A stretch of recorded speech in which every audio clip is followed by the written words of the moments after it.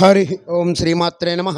లలితా సహస్రనామ పారాయణలో భాగంగా ఈరోజు అమ్మవారి నామం 4 అక్షరాల నామం 750వ నామం మహేశ్వరి. ఈ నామంతో అమ్మవారికి నమస్కరించుకున్నప్పుడు ఓం మహేశ్వర్యే నమః అని చెప్పుకోవాలి.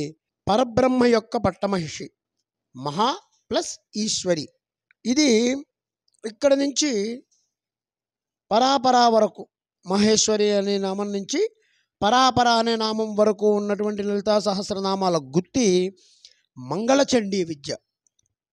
అంటే మంగళచండీ మహామంత్రాన్ని విశేషంగా ఈ నామాల్లో, ఈ గుత్తిలో దాన్ని పొందుపరిచారు.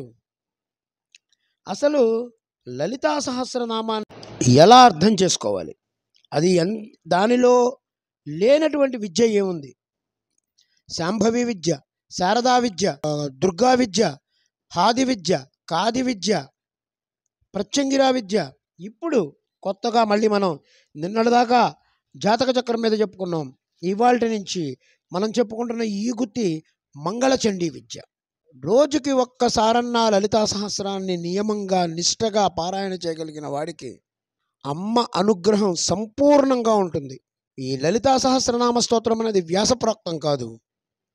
వసిన్యాది వాగ్దేవతలు లలితా సభలో సమస్త 14 భువనాల నుంచి వచ్చినటువంటి బ్రహ్మ విష్ణు రుద్రులు, సకల మునిగణాలు, దేవగణాలు, మానుష్యగణాలు అంటే ఆ స్థితి సంపాదించిన మానుష్యగణాలు, కిన్నెర కింపురుషులు, గంధర్వులు, వీళ్ళందరూ ఉండగా అమ్మ సముఖంలో చెప్పినటువంటి వసిన్యాది వాగ్దేవతలు చెప్పినటువంటి మహాస్తోత్రం లలితా సహస్రనామ స్తోత్రం.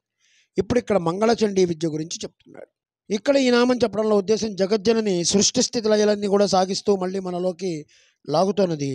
ఇట్లా లోపలికి లీనం చేయడం అనేదే మాయ. ఆ మాయ గురించి తెలిసింది ఆవిడికి మాత్రమే. ఆవిడ గురించి ఆవిడకే తెలుసు. మాయాంతు ప్రకృతిం విద్యాత్ మయినంతు మహేశ్వరం అని చెప్పారు. అంటే ఆ మాయాస్వరూపిణియే ఆ మాయ. ఎప్పుడు ప్రయోగించాలో, ఎప్పుడు ఉపసంహరించాలో మాయని ఆ తెలిసినటువంటి ఆ తల్లిని మాహేశ్వరి అన్నారు. నిగ్రహానుగ్రహ శక్తి ఉంది కాబట్టి మహేశ్వరి. మహేశ్వరుడు అంటే ఆయనకి మించిన ఈశ్వరుడు ఇంకొకళ్ళు లేరు.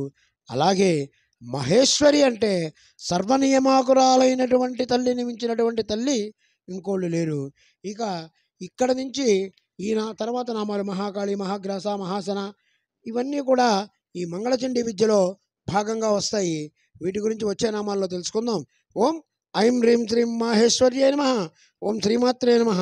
ఓం శ్రీ మహారాజ్ఞే నమః. శ్రీమత్సింహాసనేశ్వర్యే నమః.